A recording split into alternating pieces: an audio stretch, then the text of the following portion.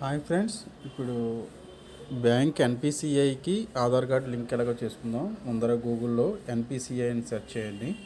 NPCI అని search చేసిన తర్వాత ఇలాగ ఒక మెనూ వస్తుంది. దీనికి కన్జ్యూమర్ అని ఉంటుంది. దీంట్లో భారత్ ఆధార్ సీడింగ్ ఎనేబులర్ అని ఉంటుంది. దీన్ని క్లిక్ చేయండి. క్లిక్ చేసిన తర్వాత ఇక్కడ మీ ఆధార్ నెంబర్ ఎంటర్ చేయండి.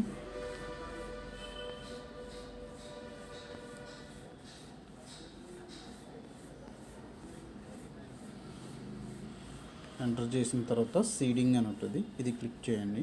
క్లిక్ చేసిన తర్వాత మీ అకౌంట్ నెంబర్, మీ బ్యాంక్ అకౌంట్ ఏదైతే అది చేయండి. యూనియన్ బ్యాంక్ మాది.